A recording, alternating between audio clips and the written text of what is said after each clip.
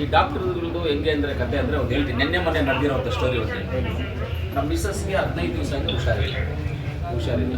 ಮಾಮೂಲು ಹಾಸ್ಪಿಟ್ಲ್ ಮಣಿಪಾಲ್ ಆಗೋಯ್ತು, blood checkup ಎಲ್ಲ ಆಯಿತು, ಎಲ್ಲ ನಾರ್ಮಲ್ ಅಂದರೆ ತಲೆನೋವು, ಜ್ವರ ಅಂದರೆ ಸುಸ್ತಾಗೋದು.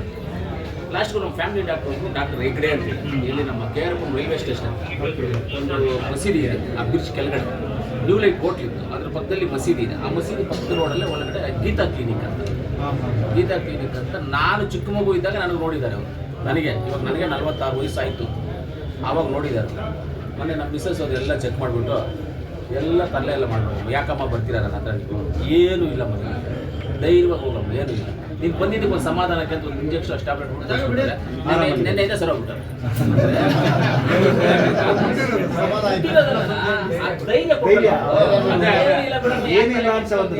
ಹೋಗಮ್ಮ, ಏನಿಲ್ಲ, ಬಂದಿದ್ಯಾ ಸಮಾಧಾನಕ್ಕೆ ಒಂದು ಸಮಾಧಾನ ಮಾಡಿ ಬಂದ್ಬಿಟ್ರು. ನೆನ್ನೆ ಡಾಕ್ಟರ್ ಯಾವತ್ತು ಏನಂದ್ರೆ ಸೈನ್ಸ್ ಅನ್ನ ಕಣ್ಣಿಂದ ನೀವು ನೋಡಿಲ್ಲ, ನಾನು ನೋಡಿಲ್ಲ ಅಂದರೆ ಒಂದು ಐಡಿಯಾ ಮೇಲೆ ನಾವು ಓದಿ ಅದನ್ನು ಮಾಡ್ಕೊಂಡು ಹೋಗ್ತೀವಿ. 40 ವರ್ಷಗಳ ಹಿಂದ್ಗಡೆ ಏನಿತ್ತು, ಯಾವ ಹಾಸ್ಪಿಟ್ಲ್ ಇತ್ತು, ಯಾವ ಇದಿತ್ತು, ಯಾವ ಟೆಸ್ಟಿಂಗ್ ಇತ್ತು, ಏನಿತ್ತು, ಅವತ್ತೆಲ್ಲ ಹೆಂಗೆ ಬದುಕ್ತಾ ಇದ್ರು ಜನ. ಆವತ್ತಿನ ಪ್ರಕೃತಿ ಬೇರೆ, ಇವತ್ತಿನ ಪ್ರಕೃತಿನೇ ಬೇರೆ. ಆವತ್ತು ಪ್ರಕೃತಿ ಬಂದು ಶುದ್ಧವಾಗಿತ್ತು, ಇವತ್ತು ಪ್ರಕೃತಿ ಕಲಬರಿಕೆ ಆಗ್ಬಿಟ್ಟಿದೆ. ಆದ್ದರಿಂದ ಇವ್ರು ಬೇಕಾಗಿದ್ದಾರೆ, ಡಾಕ್ಟರ್ಸ್ ಬೇಕಾಗಿದ್ದಾರೆ. ಆದರೆ ನೀವು ಪಡುವಂಥ ಧೈರ್ಯ ಇದೆಯಲ್ಲ, ತಂದೆ ತಾಯಿ ಅಂದರೆ ಕೇಳಲ್ಲ. ಇವಾಗ ನಮ್ಮ ಮಿಸ್ಸಸ್ಗೆ ಏನಿಲ್ಲ ಬಿಡಿ, ಸುಮ್ಮನೆ ಯಾಕೆ ಹಿಂಗೆ ಮಾಡ್ತಿದ್ರು, ಅವರು ಇಲ್ಲ ರೀ ಅನ್ಕೊಂಡಿದ್ವಿ. ಡಾಕ್ಟರ್ ಎಲ್ಲ ಕೇಳ್ತಾರೆ, ಎಗ್ಡೆ ಡಾಕ್ಟರ್ ಏನು ಇಲ್ಲ ಅಂದ್ಬಿಟ್ಟು ಖುಷಿಯಾಗೋಯ್ತು.